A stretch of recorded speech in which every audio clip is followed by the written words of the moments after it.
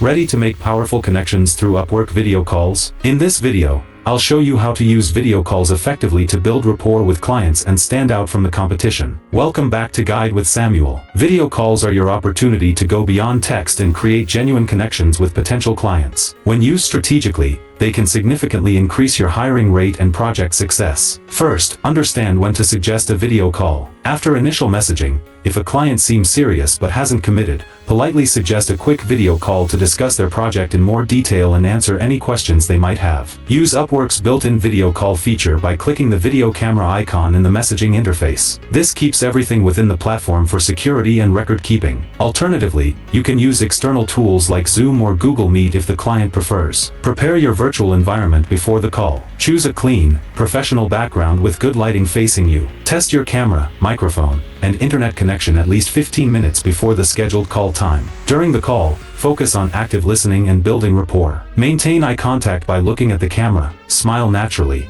and have relevant materials ready to share if needed. Dress professionally from the waist up. It affects your mindset and presentation. A crucial pro tip: record a brief test video before your first call to check your audio and video quality. Also, have a backup plan ready. Share your phone number or alternative contact method in case of technical issues, and know how to quickly switch to audio only if video problems persist. And just like that, you're ready to make outstanding impressions through Upwork video calls. Face-to-face communication builds trust and clarity that text alone can't achieve. If these video call strategies help you connect better with clients, please give it a like. What's your best tip for making great impressions on video calls? Share your advice in the comments below. To continue advancing your freelancing business, subscribe for our next video on how to negotiate rates on Upwork. Thanks for watching.